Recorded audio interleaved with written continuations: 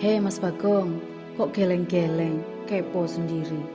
Lah, ini orang yang puber ya, kurang berita. Tahu nggak Sri, isu heboh dunia politik hukum negeri ini? Ngeri adanya, cuma dagelan, candaan, panggung sandiwara. Jangan pesimis gitu Mas Bagong. Kita harus berpikir positif, percaya sama Tuhan. Negara ini negara hukum, kita harus optimis. Percaya sih percaya, tapi masa baru-baru ini setelah sekian tahun adanya pengetatan remisi bagi koruptor, malah sekarang ini bagi-bagi pengurangan hukuman bagi pencuri uang rakyat seperti Ratu Atut dan Jaksa Pinangki. Lebih hebat lagi kabarnya 23 napi koruptor yang dapat pembebasan bersyarat. Ini mesti unsur politik dan tidak ada keadilan. Jangan buru-buru menyimpulkan. Sebelum mengkritik, kita harus pahami dulu akar masalahnya. Lah, kebetulan itu ada Mas Trimo. Ini baru orang pemasyarakatan. Paling tidak Mas Trimo tahu. Assalamualaikum. Wah, ada Mbak Sri, ada Mas Bagong. Serius bener, kayak mikir negara aja. Lagi bahas apa nih, Mas? Waalaikumsalam. Ini loh Mas Trimo, pagi-pagi gak ada angin, gak ada hujan. Mas Bagong ngomel-ngomel sendiri kepo masalah. Yang itu berita surat keputusan pembebasan bersyarat 23 napi koruptor, salah duanya Ratu Atut sama Jaksa Pinangki. Benar Mas Trimo, pembebasan bersyarat bagi koruptor sangat mencederai keadilan masyarakat. Harusnya Dirjen Pas dan Menkumham merespon aspirasi masyarakat. Walah Mas Bagong, saya kirain ada masalah apa. Gini loh Mas Bagong, Mbak Sri, narapidana atau warga binaan pemasyarakatan itu juga manusia biasa Mas. Nggak luput yang namanya salah dan khilaf. Ketika mereka itu sudah menjalani vonis yang berkekuatan hukum yang tetap dan telah mengikuti program pembinaan yang baik, maka mereka ya berhak mendapatkan hak-hak mereka sama seperti warga binaan yang lain. Kita itu tidak boleh terus-terus menghakimi mereka, menstigma mereka, ataupun memperberat hukuman mereka, kecuali mereka memang melanggar peraturan yang ada di lembaga pemasyarakatan atau melanggar undang-undang, atau mereka masih mempunyai tunggakan perkara lain. Dan ketika mereka sudah aktif mengikuti program-program pembinaan, ya mau tidak mau ya kita berikan hak-hak mereka sebagaimana diatur di dalam Undang-Undang Pemasyarakatan nomor 22 tahun 2022 tentang pemasyarakatan. Utamanya di pasal 10 nih Mas. Itu sudah dinyatakan bahwa narapidana yang telah memenuhi persyaratan tertentu tanpa terkecuali berhak atas remisi, asimilasi, cuti mengunjungi keluarga, cuti bersyarat, cuti menjelang bebas, pembebasan bersyarat, dan hak-hak lainnya sesuai peraturan perundang-undangan yang berlaku. Namun demikian, hak warga binaan itu ya tidak mutlak. Ada persyaratan-persyaratan tertentu, baik itu persyaratan administratif juga persyaratan substantif.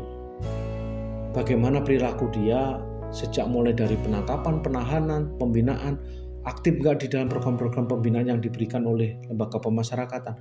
Kita cek juga apakah dia sudah pernah melakukan pelanggaran-pelanggaran sesuai dengan register F-nya. Kalau itu sudah hijau ya bisa kita lanjutkan. Namun demikian kita tetap juga kita hitung, khusus untuk pembebasan bersyarat ya kita hitung 2/3 dari vonis yang telah dijatuhkan oleh hakim dengan ketentuan 2/3 masa pidana itu paling sedikit 9 bulan. Terus kemudian adanya litmas atau penelitian kemasyarakatan yang dikeluarkan oleh Balai Pemasyarakatan.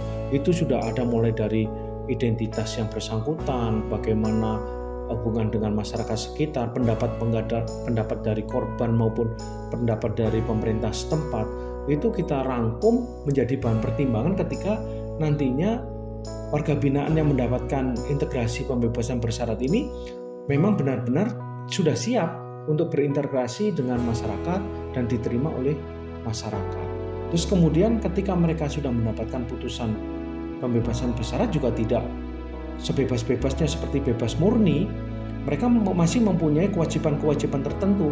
Di antaranya ya wajib lapor tidak boleh melanggar peraturan perundang-undangan yang berlaku, tidak boleh mengulangi lagi perbuatannya, dan bahkan melanggar hukum. Mengunjungi tempat-tempat yang dilarang saja itu juga tidak boleh, seperti diskotik, mabuk-mabukan dan segala macam, itu juga akan mempengaruhi dan mencabut pidana bersyarat itu. Ketika itu dicabut, ya pembebasan bersyaratnya itu dicabut, ya pastinya yang bersangkutan yang masuk ke dalam lembaga pemasyarakatan untuk menjalankan pidananya lagi. Jadi bukan bebas murni. Jadi ini ada syaratnya. Pengawasannya pun dilakukan oleh 2 instansi, yaitu Kejaksaan juga Balai Pemasyarakatan, oleh pembimbing pemasyarakatan. Oh, jadi semua narapidana yang telah memenuhi persyaratan administratif dan substantif tadi maka dapat diberikan hak bersyarat seperti pembebasan bersyarat PP, cuti bersyarat CP, dan cuti menjelang bebas CMB. Gitu ya, Mas? Ya betul Mbak Sri.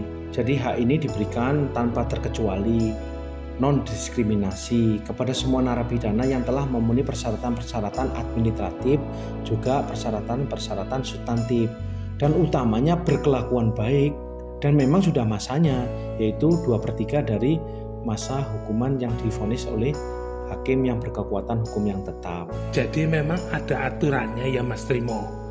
Terima kasih pencerahannya. Saya jadi mengerti sekarang. Loh, ya ada Mas Bagong. Ya nggak mungkin lah Lapas, Rutan, Bapas, Rubasan, Direktorat Pemasyarakatan, Kementerian Hukum dan HAM melakukan sesuatu tanpa dasar hukumnya. Apalagi dalam pemberian hak-hak narapidana ini ya diatur dengan Undang-Undang Nomor 22 Tahun 2022 tentang Pemasyarakatan. Jadi di situ jelas, Mas. Kementerian Hukum dan HAM mesti mempertimbangkan beberapa aspek, baik itu aspek hukum, aspek perilaku, dan aspek-aspek yang berkembang di pada masyarakat. Jadi kita jangan terus melabelin para narapidana itu seolah-olah mereka selalu salah. Kita belum tentu lebih baik daripada mereka.